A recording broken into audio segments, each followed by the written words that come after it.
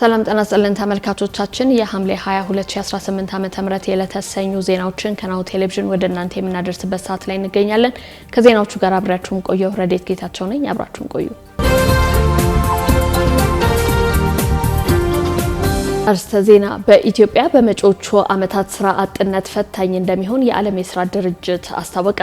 በትግራይ ክልል የሚገኙ የ12ኛ ክፍል ተማሪዎች ወደ መፈተኛ ተቋማት መግባታቸው ተገለጸ። ወደ ውጪ ስናልፍ የሱዳን ጦር ካርቱምን ከኦቤይድ የሚያገናኘውን ዋና መንገድ ሙሉ በሙሉ መቆጣጠሩን አስታወቀ።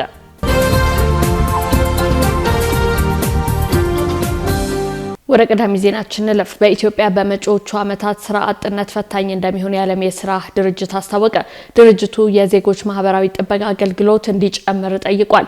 በትምህርት ያልገፉና የስራ ልምድ የሌላቸው ወጣቶች በክህሎት ማነስና በራሳቸው ስራ ለመጀመር በሚገጥማቸው የፋይናንስ ችግር የስራ እድል እጦት እንደሚያጋጥማቸው የዓለም የስራ ድርጅት ILO ገልጿል። የዓለም የስራ ድርጅት ከሴቶችና ማህበራዊ ጉዳይ ሚኒስቴር ከዩናይትድ ኪንግደም ተራድኦ ድርጅት እንዲሁም ከሌሎች ተቋማት በጋራ በመሆን በማህበራዊ ጥበቃ ላይ ያዘጋጀው ሪፖርት ይፋ ሲያደርግ ነው ይሄንን የገለጸው።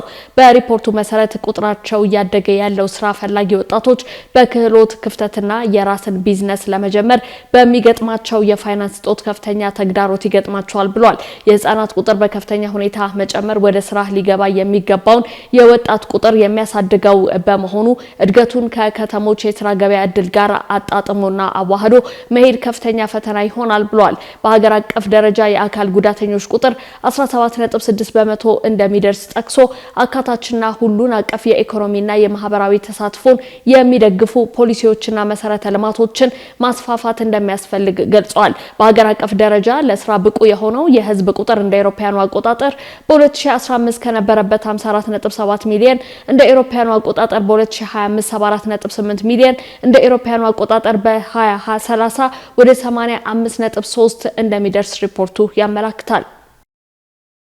የዓለም ምግብ ፕሮግራም በኢትዮጵያ የሰብአዊ እርዳታ ለማቅረብ የበጀት እጥረት እንደገጠመው አስታወቀ።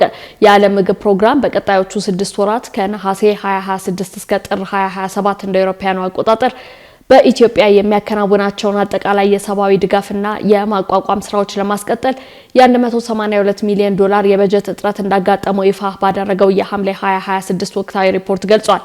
ተቋሙ ያጋጠመው የፋይናንስ እጥረት በሚሊዮን የሚቆጠሩ ሰዎችን ህይወት ለማዳን የሚደረገውን እርዳታ አደጋ ላይ የጣለ ሲሆን በዚህ ምክንያት እስከ ነሐሴ 2026 ድረስ ለተፈናቃዮችና ለተጎጂዎች የሚታደለው የእህል መጠን ከነበረው መደበኛ የምግብ ድርሻ ወደ 60% ዝቅ እንዲል ተደርጓል። ድርጅቱ ይህን የአቅርቦት ቅነሳ በተጠቃሚዎች የመረጃ መስመሮች በኩል ያሳወቀ ቢሆንም እርዳታ ተቀባዮች በማህበረሰብ አስተያየት መስጫ ስርዓት በኩል ስጋታቸውን ማቅረባቸውን ቀጥለዋል። እንደ ሪፖርቱ ገለጻ በሰኔ ወር 2026 ተቋሙ በመላው ሀገሪቱ ለሚገኙ 1.8 ሚሊዮን የምግብ ዋስትና ለሌላቸው ሰዎች 10700 ሜትሪክ ቶን ምግብና 4.5 ሚሊዮን ዶላር በጥሬ ገንዘብ ማዳረስ ችሏል። ሆኖም በሀገሪቱ ባለው ግጭት፣ ስደት፣ የኢኮኖሚ ጫናና የአየር ንብረት መዛባት ምክንያት የሰብአዊ ረድኤት ፍላጎቱ አሁንም ከፍተኛ ሆኖ ቀጥሏል። በአሁኑ ወቅት በኢትዮጵያ ከሱዳንና ደቡብ ሱዳን የመጡትን ጨምሮ 1.1 ሚሊዮን ስደተኞችን እንዲሁም 1.9 ሚሊዮን የሀገር ውስጥ ተፈናቃዮች ይገኛሉ። በትግራይ ክልል ያለው ውጥረት ከመቀጠሉም በላይ በአማራ፣ ኦሮሚያና ሶማሌ ክልሎች ያለው አለመረጋጋት የዜጎችን የኑሮ መሰረት እያደናቀፈና እርዳታ በወቅቱ እንዳይደርስ እንቅፋት እየሆነ እንደሚገኝ አመልክቷል። ከፋይናንስ እጥረቱ በተጨማሪ የሎጂስቲክስና የደህንነት ችግሮች የእርዳታ ስርጭቱን እያስተጓጎሉት እንደሆነ ሪፖርቱ አመላክቷል። የዓለም ምግብ ፕሮግራም በቀጣይ 6 ወራት ያስፈልገኛል ያለው 182 ሚሊዮን ዶላር የድንገተኛ የምግብ እርዳታና የመከላከያ አጣዳፊ የምግብ እጥረት ሕክምናን፣ የትምህርት ቤት ምግብን፣ የማህበራዊ ጥቃቅን ዋስትናዎችንና የህብረተሰቡን የመቋቋም አቅም ማጠናከሪያ ፕሮግራሞችን ሙሉ በሙሉ ለማስኬድ የሚውል እንደሆነ አመላክቷል። በትግራይ ክልል የሚገኙ የ12ኛ ክፍል ተማሪዎች ወደ መፈተኛ ተቋማት መግባታቸው ተገለጸ። በትግራይ ክልል ከሐምሌ 22 እስከ 24 ቀን 2018 ዓ.ም በወረቀት ለሚሰጠው የ12ኛ ክፍል ብሔራዊ የማጠቃለያ ፈተና ተማሪዎች ከዛሬ ጧት ጀምሮ ወደ ተመደቡባቸው የመፈተኛ ተቋማት መግባታቸውን የሀገር ውስጥ መገናኛ ብዙሃን ዘግቧል። በተለይም በክልሉ የሚገኙ ዩኒቨርሲቲዎች በዛሬው ዕለት ተማሪዎችን የተቀበሉ ሲሆኑ የተማሪዎች አቀባበል እስከ ነገ ሐምሌ 21 2018 ዓ.ም ድረስ ይቀጥላል ተብሏል። አቀባበሉ በተጨማሪ ተማሪዎች ስለ ፈተናው አሰጣጥ ደንበኞችና አጠቃላይ ሂደት የሚመለከቱት ገለጻ ተሰጥቷቸዋል። ነገር ግን ከዚህ ቀደም በክልሉ በወረቀት ፈተና ያልወሰዱ ተማሪዎች ከሐምሌ 22 እስከ 24 ቀን 2018 ዓ.ም ድረስ ፈተናው እንደሚሰጣቸው የትምህርት ምዘናና ፈተናዎች አገልግሎት ማሳወቁ ይታወሳል። የቀድሞ የሲዳማ ክልል ሰላምና ጸጥታ ቢሮ ኃላፊ አቶ አለማየሁ ጢሞቴዎስ የ10 ዓመት ጽኑ እስራት ተፈረደባቸው። የሲዳማ ክልል ፍትህ ቢሮ እንዳስታወቀው የቀድሞ የሲዳማ ክልል ሰላምና ጸጥታ ቢሮ ኃላፊዎች አቶ አለማየሁ ጢሞቴዎስና የቀድሞ ፖሊስ ኮሚሽነር የነበሩት ሽመልስ ቶማስ በሐዋሳ ከተማ ከፍተኛ ፍርድ የእስራት ውሳኔ ተላልፎባቸዋል። የሐዋሳ ከተማ ከፍተኛ ፍርድ ቤት በቀድሞ የሲዳማ ክልል ሰላምና ጸጥታ ቢሮ ኃላፊ እንዲሁም የፖሊስ ኮሚሽነር ላይ በክልሉ ፍትህ ቢሮ ከሳሽ በቀረቡት ክሶች ላይ የጽኑ እስራት ውሳኔ ያስተላልፏል።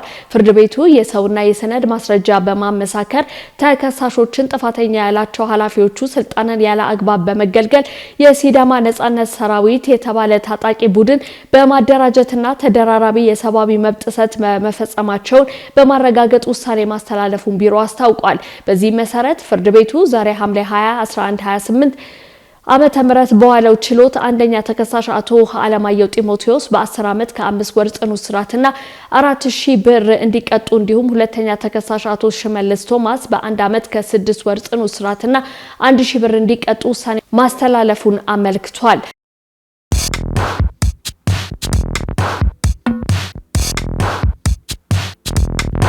የማድረስ አገልግሎት የወደፊት ዕጣ ፈንታ እዚህ ደርሷል። በትሩዝ የታገዘም ትሩዝ ዴሊቨሪን እናስተዋውቆ።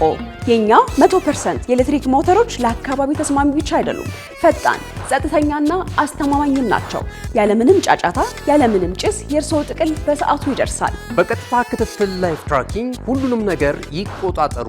ጥቅሎ እስከ ደጃፎ ድረስ ያለውን እንቅስቃሴ በቀጥታ ይመልከቱ። ደህንነት ቅድሚያ የምንሰጠው ጉዳይ ነው። በእኛ የተቀባይ ማረጋገጫ ሪሲቨር ኮንፈርሜሽን ዘዴ ጥቅሎ በትክክለኛው እጅ መግባቱ እናረጋግጣለን።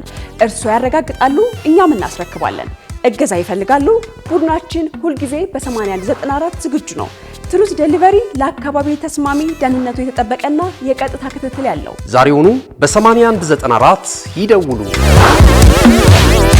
ተመልካቾቻችን ያላችሁት ናሁ ቴሌቪዥን ላይ ነው። አሁን ደግሞ ወደ ውጭ ዜናዎች እናልፋለን። የሱዳን ጦር ካርቱምን ከኤል ኦቤይድ የሚያገናኘውን ዋና መንገድ ሙሉ በሙሉ መቆጣጠሩን አስታወቀ።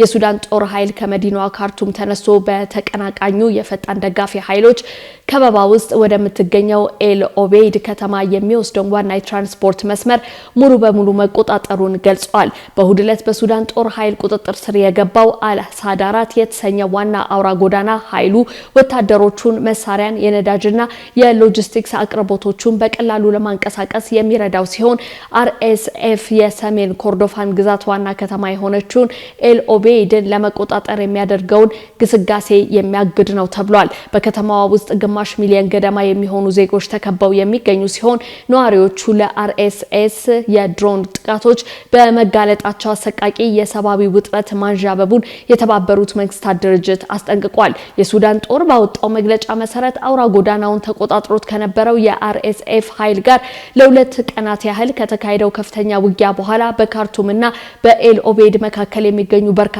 ከተሞችንና መንደሮችን መልሶ መቆጣጠር ተችሏል። እነዚህ ጥቃቶች ባለፉት ወራት በዚሁ ፓራሚሊታሪ ኃይል ላይ የተካሄዱ የመጀመሪያዎቹ ዋና የማጥቃት እርምጃዎች ናቸው ብሏል። የአልጀዚራ ዘገባ አልሚግዳድ አልሩሃዲ እንደገለጹት ይህንን ዋና መንገድ መቆጣጠር ከወራት በኋላ ለመጀመሪያ ጊዜ በዋና ከተማዋና በኮርዶፋን መካከል ቀጥተኛ ግንኙነት እንዲፈጠር ያደርጋል። ይህ ትልቅ ፋይዳ አለው፣ ምክንያቱም መንገዱ ለወታደራዊ አቅርቦት ወሳኝ መስመር ነው ሲሉ ዘግበዋል። በተጨማሪም በፈጣን ድጋፍ ሰጪ ኃይሎች አቋሞች ምክንያት ተነጥላ ለቆየችው ኤል ኦቤይድ ከተማ ያለው ጫና የሚያቀል ሲሆን ከኮርዶፋን ክልል ለሚመጡ የእንስሳትና የግብርና ውጤቶችም ጠቃሚ የንግድ መስመር የመክፈት አቅም አለው ሲሉ አክለው ገልጸዋል። አሜሪካ ባለ ስድስተኛ ትውልድ አደገኛ የጦር ጄቷን F-47 ልታመርት መሆኗ ተገለጸ።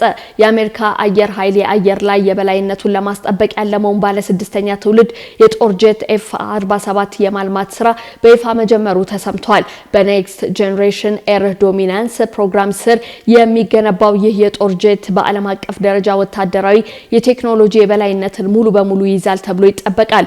ይህ እጅግ ዘመናዊ ጄት የላቀ የመሰወር ቴክኖሎጂ በሰው ሰራሽ አስተውሎት የሚታገዙ የውጊያ ስርዓቶች እንዲሁም በረጅም ርቀት የማጥቃት ብቃት ያለው ነው ተብሏል። በተጨማሪም በውጊያ ወቅት ሎያል ዊንግማን የተሰኙ በሰው ሰራሽ አስተውሎት የሚሰሩ በርካታ ድሮኖችን በሰማይ ላይ ሆኖ እንደ ዋና አዛዥ የመብራት ልዩ ችሎታ ይኖረዋል ነው የተባለው። የወጡ መረጃዎች እንደሚጠቁሙት የአንድ F-47 ጄት የማምረቻ ዋጋ $300 ሚሊዮን ገደማ የሚደርስ ሲሆን ይህም ከአሁኖቹ ባለ አምስተኛ ትውልድ የጦር ጄቶች በብዙ እጥፍ ውድ ያደርገዋል ተብሏል። አሜሪካ ይህን እጅግ ዘመናዊ የጦር ጄት ለመገንባት የወሰነችው እንደ ቻይና ያሉ ተፎካካሪ ሀገራት እያደገ የመጣውን የጦር መሳሪያና የአየር ኃይል ብቃት ለመግታትና በሰማይ ላይ ያላትን የበላይነት አጽንታ ለመቀጠል ነው ተብሏል። በመጨረሻም ቻይና በኒውክሌር ኃይል የበላይነት ዓለምን በከፍተኛ ፍጥነት እየመራች ነው ተባለ። በዓለም አቀፍ ደረጃ በግንባታ ላይ ከሚገኙት የኒውክሌር ማመንጫዎች መካከል ግማሽ ያህሉ በቻይና ብቻ እየተገነቡ መሆኑ ተገልጿል። ግሎባል ኤነርጂ ሞኒተር ይፋ ባደረገው አዲስ መረጃ መሰረት ቤጂንግ ከፉኩሺማ አደጋ በኋላ በሀገር ውስጥ መሬቶች ላይ ጥላት የነበረውን እገዳ ሳታነሳ ዘርፉን በከፍተኛ ደረጃና በበላይነት እየመራች ትገኛለች ተብሏል። በተለይም እንደ አውሮፓውያኑ አቆጣጠር በ2025 በዓለም አቀፍ ደረጃ ከተጀመሩ 10 አዳዲስ የኒውክሌር ሪአክተር ግንባታዎች መካከል 9ኙ የተከናወኑት በቻይና ሲሆን ይህም የሀገሪቱን የቴክኖሎጂ የበላይነት ግልጽ አድርጎታል ነው የተባለው። በዚህ ፈጣን ግንባታ ምክንያት በቅርብ ዓመታት ውስጥ ቻይና ፈረንሳይን በመብለጥ ከአሜሪካ ቀጥላ የዓለማችን ሁለተኛዋ ግዙፍ የኒውክሌር ኃይል ባለቤት ለመሆን ተቃርባለች። እንደ አውሮፓውያኑ አቆጣጠር በ2030 የሀገሪቱ አጠቃላይ የኒውክሌር ማመንጫ አቅም 100 ጊጋዋት ይደርሳል ተብሎ ይገመታል። የግዙፍ ግንባታ ቻይና የካርበን ልቀቷን ለመቀነስ የያዘችውን እቅድ ለማሳካት ከማገዙም በላይ ለከፍተኛ ቴክኖሎጂና ለኢንዱስትሪ ክፍለ ኢኮኖሚዋ አስተማማኝና ቋሚ ኤሌክትሪክ ለማቅረብ ያስችላታል ነው የተባለው። በተጨማሪም የምዕራባውያን ሀገራትን በኒውክሌር ቴክኖሎጂ ዲዛይንና ግንባታ በከፍተኛ ርቀት ለመቅደም ያስቻላት ታሪካዊ እርምጃ እንደሆነ ተመላክቷል። ካሽጎ በየትኛውም ዓለም ሆነው በማንኛውም ሰዓት ለወገኑ የሚደርሱበት ፈጣን የገንዘብ መላኪያ ተከፈተሎ። ማስተርና ቪዛ ካርዶን በመጠቀም ከ5 እስከ $20 የሚልኩበት አዲስ የገንዘብ መላኪያ መንገድ። ካሽጎን ለየት የሚያደርገው የትኛውም የገንዘብ ዝውውር በፍጥነት አገልግሎት ከመስጠቱም ባሻገር ለማንኛውም አገልግሎት ምንም አይነት ክፍያ አለመጠየቁ ነው። በሀገራችን ታሪክ ገንዘብን ከውጪ ወደ ሀገር ቤት በማስተላለፍ በመተግበሪያ መልክ አገልግሎት መስጠት የጀመረው የመጀመሪያው ሀገር በቀል የገንዘብ መላኪያ ዘዴ ካሽጎ ከ4500 በላይ ባሉ የባንክ ቅርንጫፎች አገልግሎት እየሰጠ ይገኛል። ገንዘቦን በሰኮንዶች ልዩነት ውስጥ ይፈልጉ በአካውንቶ ወይንም በእጆ ቆጥረው የሚወስዱበት ልዩ ዘዴ። በቅርቡ ሁሉንም ኢትዮጵያዊ ባለቤት ለማድረግ ጉዞ የጀመረው ካሽጎ ዛሬውኑ መተግበሪያውን በስልኮ ላይ በመጫን የአገልግሎቱ ተጠቃሚ ሆኑ። ፍጥነት መለያችን፣ ኢትዮጵያን መክፈቻችን፣ ካሽጎ ነው መላኪያችን። ካሽጎ የአዲሱ ትውልድ ብራንድ። ተመልካቾቻችን ዜናዎቻችን እነዚህን ይመስሉ ነበር። ከዜናዎቹ ጋር አብራችሁ የቆየሁት ረዴት ጌታቸው ነኝ። ጤና ይስጥልኝ።